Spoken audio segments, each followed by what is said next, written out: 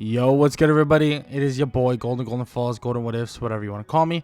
And I am back. This is part 1 of 2 of What If Deku had a godly ice quirk.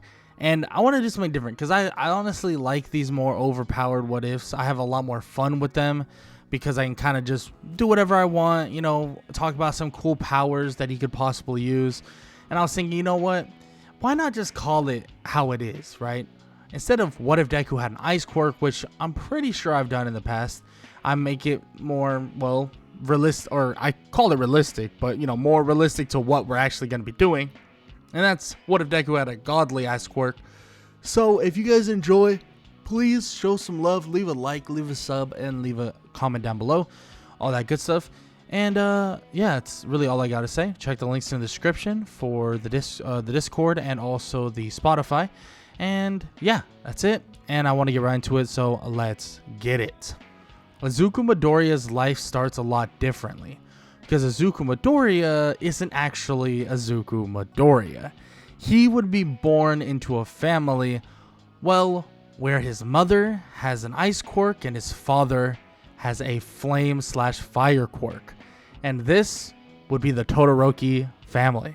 But the thing is, he would actually be, well, twins with someone we know as Shoto Todoroki. But when he was born, his father would be pissed. Endeavor would be angry, not because necessarily Izuku was a bad kid, not because he was, you know, something that he was unwanted, but when he was just a little baby, he would start showing signs of having an ice quirk, and that was it. Having ice powers that would begin to kind of cover the area around him, at least just briefly. The small room that he's in would be slightly covered in a thin sleet or a thin kind of thing of ice, and it seems like his ice powers would come to be pretty quickly. But as Endeavor would see this, he would be so angry. He would be pissed off. He would be frustrated. But then when he gets a good look at his other child, Shoto Todoroki, he realizes his hair, it's both red and it's both icy or white, and this is proof enough for him to know that his son will have ice and fire powers. Best of both worlds, the best quirk you could possibly imagine, something that could even be better than All Might. And after seeing this, well, this would actually make him think that he doesn't need this kid. So he decides that instead of keeping him, instead of raising him, he kind of throws him to the wayside as if he's some sort of kind of useless / some sort of kind of child that he never wanted. So what does he do? Well, he puts him in the adoption system. And when he actually is in that system, he would actually be adopted by Inko Midoriya, giving him eventually the name of Izuku Midoriya. And this would be someone that, well, Inko was really excited to adopt because, well, her husband / boyfriend or basically love interest was actually overseas and wouldn't be back for a very long time. And she decided that she wanted to have a child. She wanted to have someone that she could raise and call her own. And Izuku Midoriya would be then brought into exactly what she wanted him to be brought into. But what she doesn't know is that Izuku's powers, Izuku's quirk, and what Izuku is capable of is beyond even her comprehension. Because Izuku would be adopted by Inko, and as the years would go by, he would show off these powers, show off these ice powers that many people would see as pretty damn awesome. But as he gets older, as he progresses throughout his life, from the ages of 4 to all the way up until about 15 years old, his ice powers seemingly get stronger and stronger and stronger, to the point where it seems like there's no bound to how much power he can truly have. I mean, he is showing off stuff that even many wouldn't even imagine. He'd be able to heal wounds with his ice. He'd be able to manipulate the temperature around them in a certain area to absolute zero. He would have so much more than you could imagine, even some sort of sub-zero armor that is basically unbreakable, and he could stand there and take hits from the strongest of beings you could think of. And he continues to add more and more to his arsenal, and continues to add more and more to what you could imagine, because his ice powers, well, it even allows him to create different kind of structures and different kind of fortresses, you could even say, and everything that's in there could be tempered with, and the ice itself could be made to be of normal temperature but still be frozen, but then you wouldn't feel the actual coldness of that kind of ice. It's a very odd thing, a very, very interesting thing, and the control he has on it seems to be just absolutely insane and unbelievable to a large extent. And of course, this is definitely something that Inko thinks about quite a bit, because she's like, well, how do I, take care of somebody who is, just obscenely strong and powerful? Like, how do I make sure that, he does the right things, he's doesn't get too over his own head, all this stuff, because that's a big thing. Like, how does she keep him in check? Not in check in a bad way necessarily, but just make sure that he has the right morals. Because Izuku, well, he did slowly but surely start becoming a more cocky kid, someone who thinks that he's larger than life. But with Inko at his side and helping him as much as possible, he would begin to get toned down a little bit. He definitely would be kind of showing, you could say, right? Showing off that endeavor side, that cocky side, that side of him that definitely is more arrogant. But of course, he would be able to subside that part of him quite a bit with the help of Inko and with the help of, some other notable figures. And Izuku would continue on learning and just preparing himself for his potential UA entrance exam that he's super, super, super excited about. Because that UA entrance exam is what he's going to be preparing for, and what a lot of other students will be preparing for as well. Now, with all that said, the last day of middle school would be coming very soon, and he would hear from his teacher that he already knows that everybody wants to, go on, and everyone wants to go on and try to be a hero, and they want to be, a pro hero, and that's what everyone wants to do, right?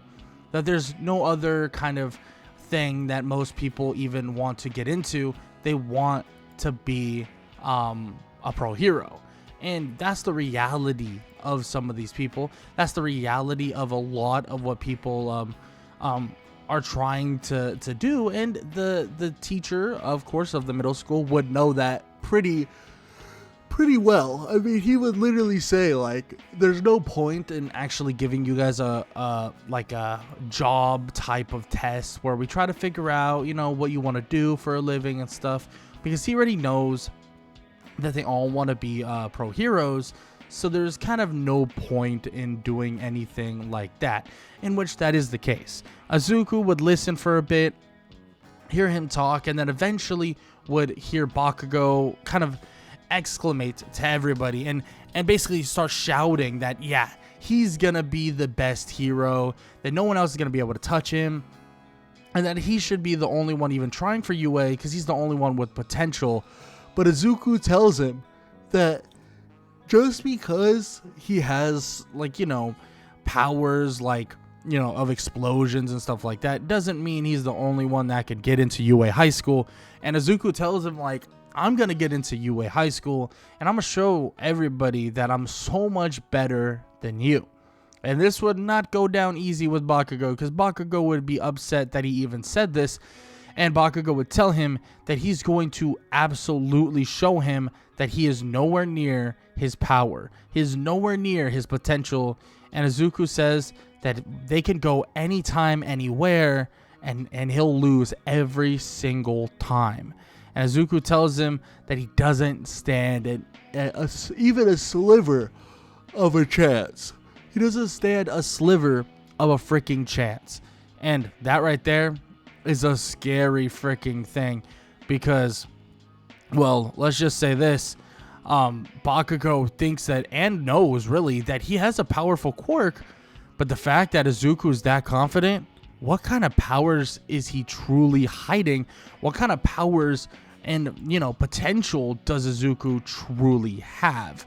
Which that right there is a scary thing to think about, especially when you're trying to wrap your head around the fact that Izuku is that powerful. Like, he is potentially that strong, and it's going to be a very, very, very scary thing to deal with.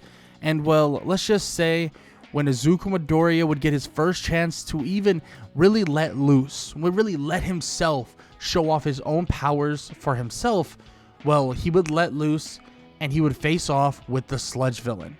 And oh my goodness, Izuku Midoriya shows off immediately. Because the Sludge villain would come forward trying to attack Izuku and immediately would be surrounded by ice, and he would be unable to even move, unable to even get through. And as Izuku basically looks at the Sludge villain, he tells him that he really should have thought this through, that this was arguably the worst choice that he possibly could have approached things with. And he tells him flat out that he's going to let down this ice, and it's going to be the worst decision that the Sludge villain has ever made to continue walking forward. Because the Sludge villain would walk forward and try to attack him after the ice would come down, and immediately, well, it's shown that the Sludge villain continuously gets slower and slower and slower, and he's confused. Like, how is this even happening? How is it even going on, or what's going on? And, well, what he doesn't know is that Izuku has essentially put a frostbite-like curse to where the ice itself is now spreading throughout his kind of body and core temperature, and it's slowly but surely working his way through the entirety of the Sludge villain, making it so that it's like impossible for him to move. Now, Izuku can take this away whenever he wants, but the Sludge villain slows down so much that he basically comes to an entire halt, and the one and only All Might would eventually show himself and immediately obliterate the Sludge villain, as Izuku would protect himself with a wall of ice, and All Might would tell him that it's pretty damn impressive that someone that is, a student / someone who is like a newbie that is trying to get into being a hero was able to do the things he just did. I mean, it's pretty damn impressive he was able to keep up, and honestly, keep up is an understatement, because Izuku held his own and beat that guy very, very handedly. Now, with all that said, though, All Might would help Izuku clean up the Sludge villain. They would all get him into like little bottles of some sorts, and then eventually All Might would jump off as Izuku would exclaim that he'll be getting into UA and show why he's even better than All Might himself. And All Might would just smile as he jumps off, as he's gone, and Izuku just prepares himself for what's next, prepares himself to really take that next step. And that next step, well, is 10 months of training, 10 months of school, and 10 months of awaiting that UA entrance exam. And when he gets there, when he gets to that UA entrance exam, well, let's just say it's a scary thing that basically a scary showing of what he can do. Because let's just bring up the fact that Endeavor did get rid of this child, a child that has the potential to really just be even stronger than Endeavor himself, maybe even might be eclipsing Endeavor quicker than you could imagine. And Izuku, well, during the entrance exam, when he's fighting a ton of robots, would send ice everywhere, immediately impaling robot after robot, destroying all of them. And as basically 95% of them are destroyed in one foul swoop, everybody wonders, what the hell are they supposed to do? Like, seriously, all of the robots are freaking destroyed. What are they supposed to do now? I mean, they think about it for a little bit, and they would be given an opportunity later on, but Aizawa and many others who are currently watching, they're curious at what this guy can do and what Izuku is truly capable of.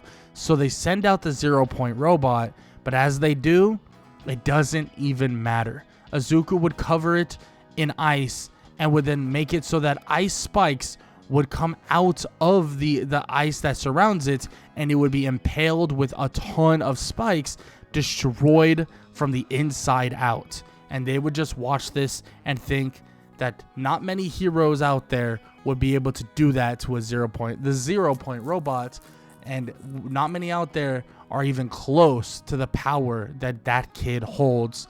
And they're excited to see what else he can do, excited to really get a full head of steam on what this kid is capable of.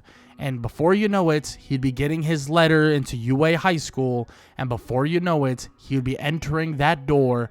That door is larger, the door that is larger than he could even imagine, and Izuku Midoriya would be entering, preparing himself for whatever's to come. And well, the first person that really notices / gets, upset at him would be Katsuki Bakugo. And he would tell Bakugo that he may say whatever he wants, do whatever he wants, but all he knows is that he's the number one. And Bakugo is the number two, and he'll always be the number two. In which this would be a shocker, especially because some of the people that were with Izuku during that first entrance exam say that honestly, that Bakugo probably stood no chance because of what Izuku was able to do. And they explain to Bakugo what he did, but he tells them to shut their mouths and that they're a bunch of background characters, that he doesn't care about what they saw. He doesn't care that what Izuku did, but he's going to prove that he's better than him no matter what. In which Izuku says that really you should be focused on being a good hero, because focusing on, being better than somebody, that's kind of lame. That kind of, sucks. And he kind of tells him this, and he's like, you know what? You probably should rethink your whole reasoning for being a hero. And well, while as he's saying this, Aizawa would enter, and Aizawa would say that he agrees as well. He says that if you're trying to basically uphold somebody and prove that you're better than them, and that's your whole goal, you might want to rethink if you really want to continue doing this, because it might not be for you. In which, of course, Bakugo is pretty damn pissed about this, because he's like, who are you to say that I can't do this, and blah, blah, blah. But of course, Aizawa would tell them all to just be quiet now, because they're going to head out and do a quirk assessment. Since Katsuki Bakugo is so eager to show off what he can do, let's see if he really stands a chance. And Izuku, well, this is a pretty interesting exam, because when you start with the ball throw, he does throw it pretty far, but he doesn't have anything specifically to, at least at the moment, to throw the ball to a distance that you would think would be insane, right? He'd probably throw it 300 meters, and it would be mostly because he would shoot kind of like an ice blast to try to carry the ball as far as possible, but he's not going to throw it with an explosion, where Bakugo is going to have that advantage, is going to be able to throw it with an explosion farther than everyone else. But as he's gloating, as he's saying all these things, let's just say Aizawa doesn't take this too kindly and says that, fine, you know what? Whoever gets last place in this exam or in this quirk assessment will be expelled. But we obviously know that there's a little bit of truth and a little bit of lying to that specifically. But of course, Izuku would pass almost every single thing else as the number one of all the students. He's extremely fast using his ice, borderline working on teleportation itself, but he doesn't have a quite grasp on that just yet. But his speed is insane. His strength, his raw strength to basically press on anything like a grip strength or anything like that, easy. That is so easy for him.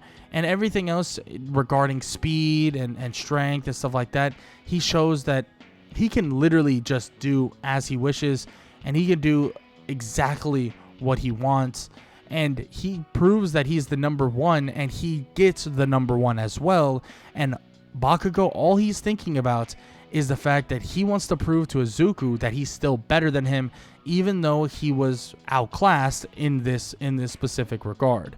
Now, as we kind of get to, further on, as we get to further on, as we push to the next part of their training, their heroes versus villains, Bakugo himself has a different idea. And that different idea is wanting to fight Izuku as soon as possible. He wants to take on this guy. Watch him just crumble. He wants to beat him into submission. That is what he wants to do. He wants to absolutely embarrass Izuku Midoriya. But Izuku, he's not going for that. He doesn't think that he's going to get embarrassed, and he's far from the idea of, losing to someone like Bakugo. But All Might says, you know what? How about this? Since you guys are so eager, we're going to scrap the heroes versus villains, and we're going to have these two face one-on-one. Everyone else will still do their heroes versus villains, but these two seem to be very eager. In which Izuku basically says, I'm not that eager. If he wants to fight, we can fight, but I'm here to just train. I'm here to get stronger. I'm here to get better. In which All Might raises his hands a little bit and says, okay, I hear you. But since he's really eager, let's just say, I think it would be best to have you guys go one-on-one. In which Izuku shrugs his shoulders and says, hey, if that's what you want to do, that's what you want to do. Just understand that I'm going to embarrass him. In which Bakugo is pissed to hear this, and before All Might could even tell them to basically start their fight, Bakugo goes spiraling forward, right at Izuku. But as Izuku watches Bakugo charge forward with an explosion, well, Izuku would immediately stop him, immediately putting a wall right in front of him that he smashes into, and immediately would start covering his hands and his arms with ice. And he tells Bakugo that he doesn't stand a chance in this, that he might as well just give it up right now, or he's just going to continue to get embarrassed. And Bakugo continues to try to explode the ice off of his arms, but it seems like there's nothing that's going to work. It seems like the ice is borderline unbreakable, and Izuku tells him, you know what? Fine, let's make this fair. He would immediately get rid of the ice that surrounds his arms and would tell him to warm up a little bit. And then Izuku would go and cover his body with ice armor, almost like covering his entire body, excluding his eyes so he can see. And he tells Bakugo to go forward, to fight him, to try to break through his defenses. And well, it doesn't go very well, because Bakugo would shoot explosion after explosion, and then even shoot a giant explosion with his grenade-like gauntlet, and it would do nothing. It would do absolutely zero. And everybody would stand there shocked, thinking, oh no, that must have hurt Izuku. That explosion was insane. But no, not a single scratch, not a single chip, and Izuku lands one punch to Bakugo's stomach with his ice fist, and he would slam him to the ground, and Bakugo would be out cold. The ice would shed off of Izuku, and he would tell Bakugo that he really should have thought about what he was doing, because, well, now he's gonna wake up massively embarrassed. And as all this was occurring, well, let's just say someone is watching and someone is curious. Very curious about Izuku Midoriya, and that person is Todoroki. Todoroki's really curious about his ice powers, what he can do, how he can do it. And Izuku tells him, he's always been able to do stuff like this, explains a couple things, in which Todoroki says that, well, he also has ice powers as well. But Izuku looks at him closely and wonders, why do you look so familiar? You look really familiar. Have we met before? In which Todoroki says, I don't think so. I'm not sure, but I feel like I would recognize you. In which, of course, Izuku's like, that's really fair. But he basically just explains how he's able to do things with his certain ice powers and stuff like that. In which Todoroki listens pretty closely, curious about, just maybe he can kind of implement some things as well. But Izuku kind of just shrugs it off, the idea of knowing who he is, because he honestly doesn't know, and he's not sure if he really knows him. But of course he does. It's just he was too young to truly understand who and what was going on, or truly understand who he really was. Now, with all that said, Izuku is kind of just talking to Todoroki, talk about this, talk about that, like, oh, like you can, you could try to do this with your quirk or this with your quirk, and, you could try to do this. And basically Todoroki tells him all these things, but in all honesty, he can't really do any of those things, at least not to the degree that someone like Izuku would be doing. And even though that is the case, he would listen to these kind of ideas, and he would kind of get a grasp on some of the things that Izuku is saying. Now, as he gets a grasp on some of the things Izuku is saying, well, let's just say that they both start kind of prepping and getting ready for whatever's next. Because after all of them do their heroes versus villains, after everyone does their things, blah, blah, blah, well, we then go to the USJ, in which the USJ is something that is going to be pretty damn important, because this is going to be the first time that they fight against real villains. And the real villains, well, they are ready for an absolute fight. Because when they arrive, when they get inside, and the USJ starts getting invaded by the League of Villains, Izuku gets teleported away into a giant pit or a giant lake of water. And his choices are pretty limited, especially when he starts seeing these creatures swimming all about. And he decides, you know what? I mean, this is easy enough.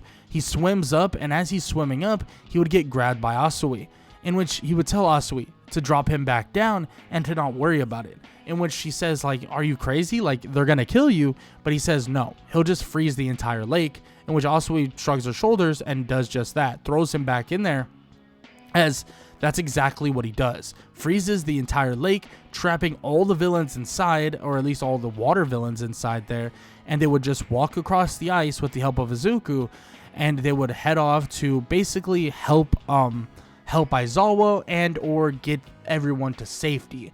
And help Aizawa is the main thing that Izuku wants to do, because Izuku covers the entire field, basically the entire area, in ice, making it so extremely hard for all the villains, and then trapping all the villains in like this ice cage that they can no longer get out of.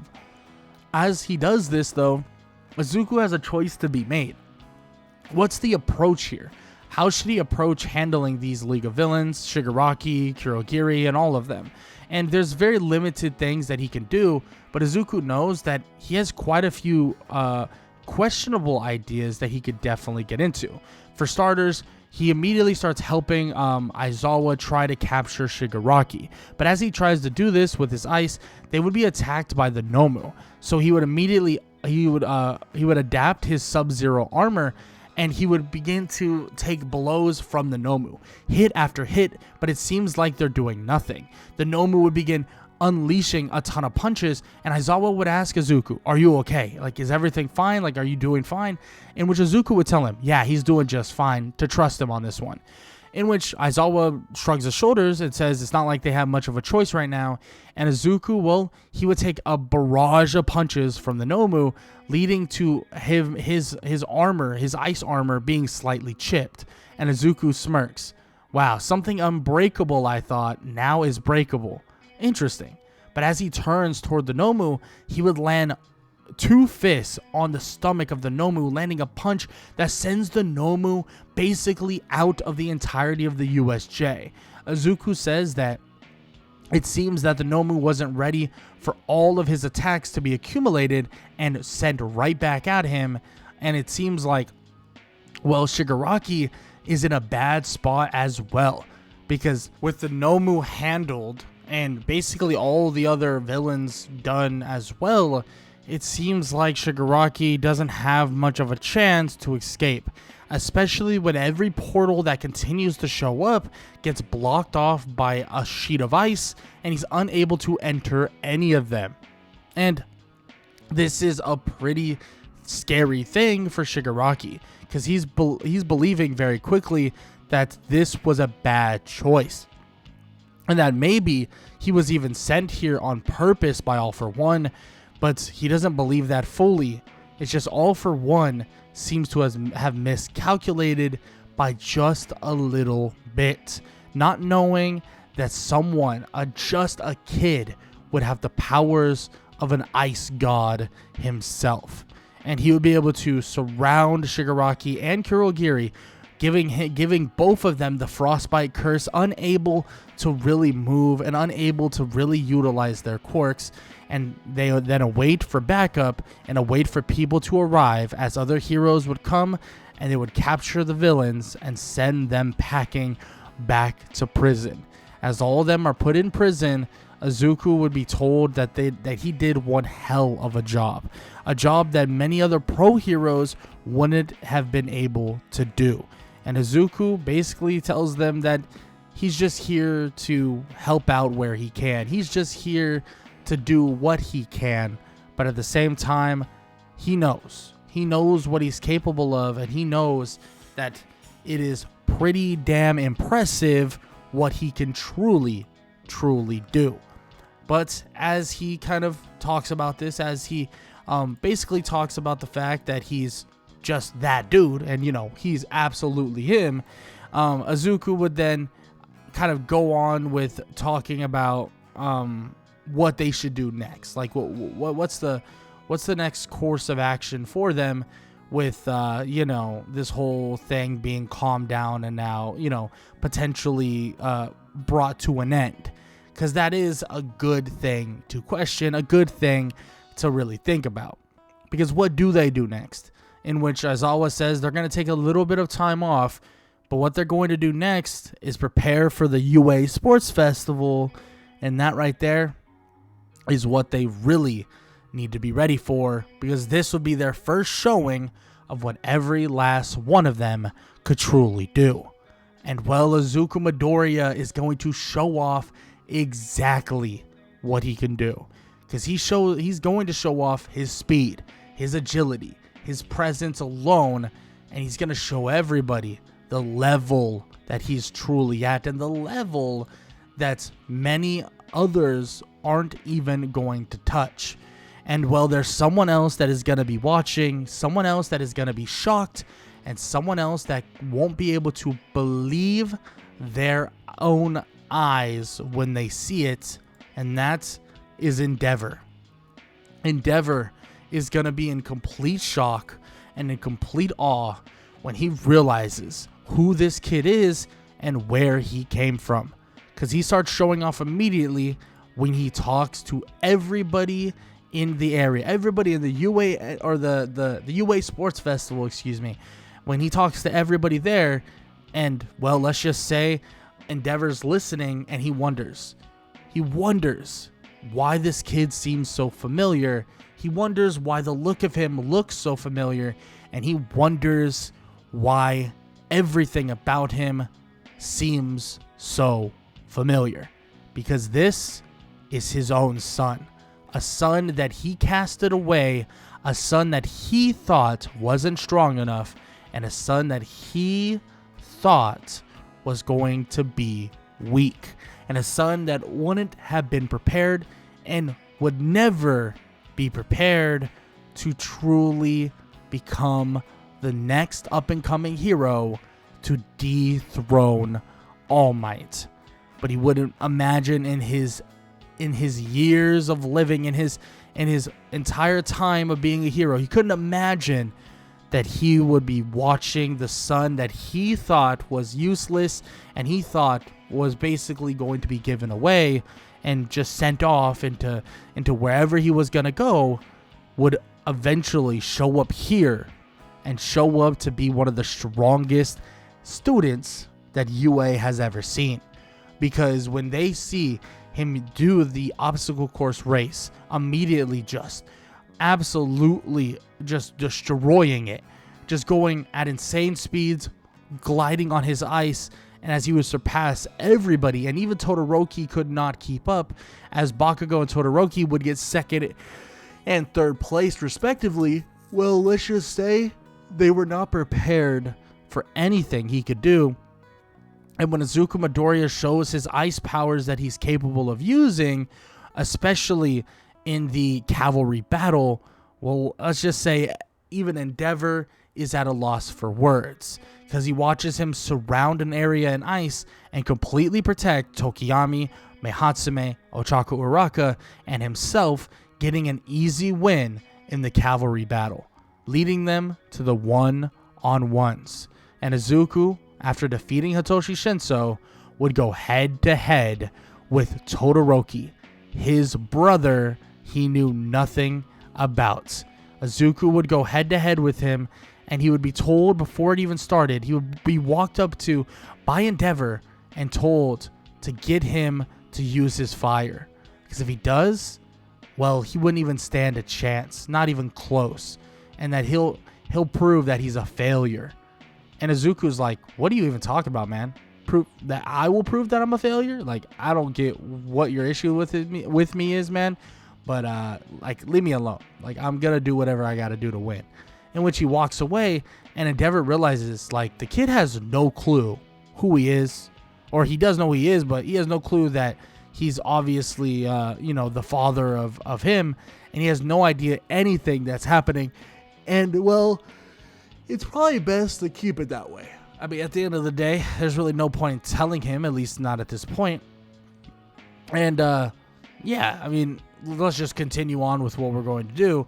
And Izuku goes head-to-head with Todoroki, and he begins to absolutely just whoop on Todoroki. Ice versus ice, it's not even close. And eventually, he does get him to utilize that fire side just out of just kind of pressuring, and as basically after he basically tells him, like, that is your quirk, that is your power, blah, blah, blah. He finally gets him to use it, but even that is far from enough. Izuku would even turn his fire, the fire that is getting shot into him, or shot at him, into ice, like ice spikes themselves, completely getting rid of the fire that goes for him or goes in front of him. And it's kind of wild to see.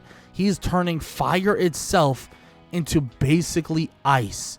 That is freaking scary. How is he able to do that? Like, that's insane. That's ridiculous. That is absurd. And let's just say Endeavor's watching this, and he couldn't be more pissed off. He couldn't be more angry. He couldn't be more frustrated. He couldn't be more absolutely just destroyed and distraught at the fact that he is watching a kid that is his own, watching him absolutely outclass the kid he thought would be the prodigy. He thought would be the next and up and coming hero. And he thought this kid, the kid that is showing off these godly powers, was never going to amount to anything.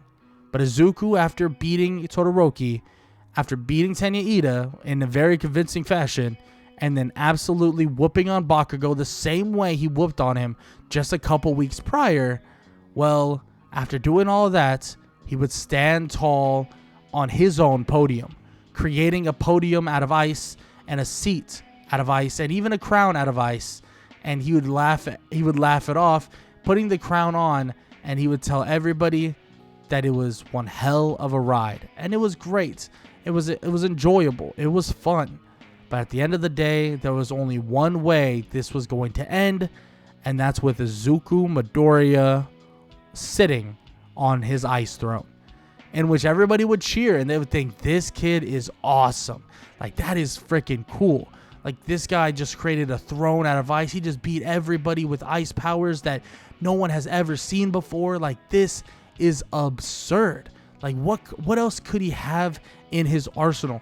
What else could he have potentially to utilize? Like, this is insane. This is awesome, in which that is definitely the case, because Izuku shows off and Izuku proves to everyone that he is at a totally different level. And this gets, we're talking piles of internship offers, piles of internships, more and more and more, and one from Endeavor. And this was interesting because Izuku was kind of like, well, I don't know why he was treating me that way. Like, he's just he was kind of weird, but he is like the number 2 hero, so probably would be a good idea to go and train by him. And that's what he does. He doesn't think about it much, but what he would learn there would shock him to his core, that Endeavor is actually his father.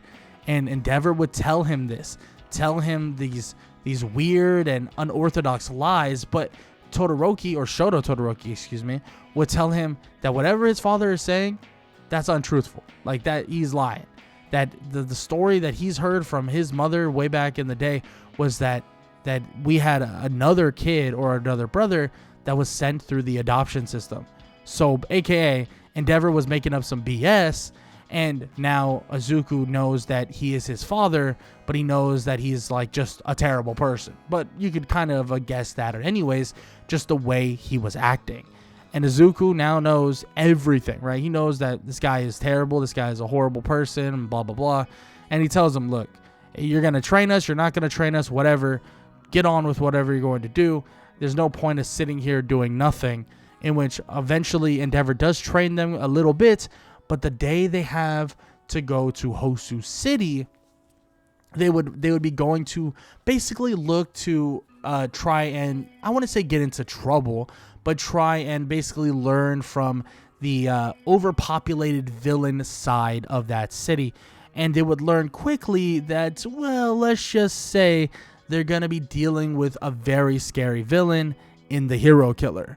But the Hero Killer, he would not be attacking some random civilian, some random hero they don't know, but he would actually be attacking Tenya Ida, one of their own classmates. And that would be shocking in itself and completely out of left field, because they would have no idea, like, this is insane. What do you mean? Why are you attacking Tenya?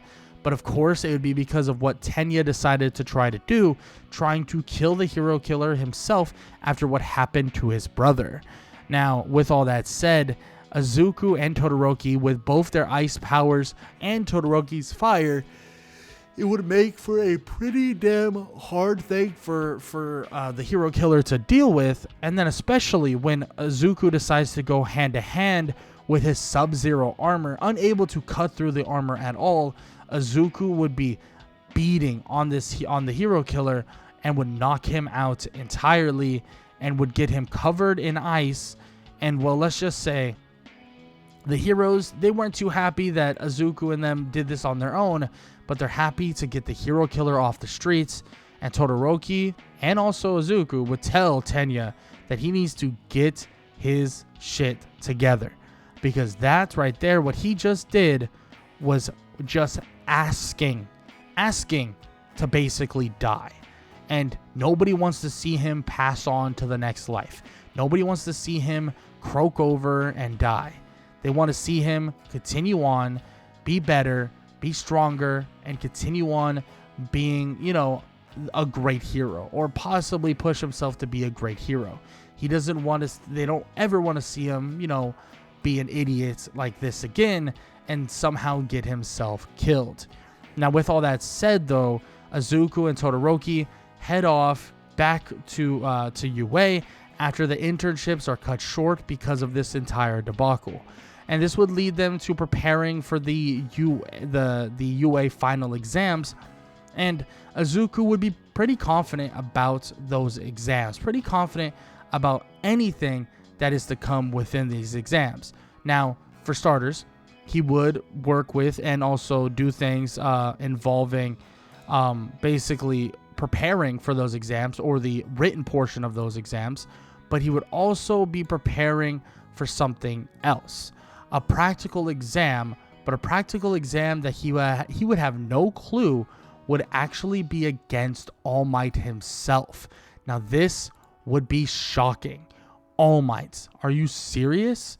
We're going against All Might, which would shock him massively. At the end of the day, this would be a scary thing to do, going head-to-head with All Might. But the fact that he's going head-to-head with All Might, with Bakugo next to him, makes him even more concerned. Not because he doesn't think Bakugo is capable of doing anything, but the fact that he just knows that getting along with Bakugo and fighting alongside each other will just never freaking work. It just will never work the way he would like it to work, because that's right there is the reality. That's Izuku will always always have to deal with Bakugo, and will always have to kind of deal with the sour attitude that Bakugo has toward him, and he's always going to have to deal with the BS that Bakugo will ensue and just continue on just creating, especially thinking that he's just higher than life itself and bigger than anything and better than everyone, and he's just annoyed by this.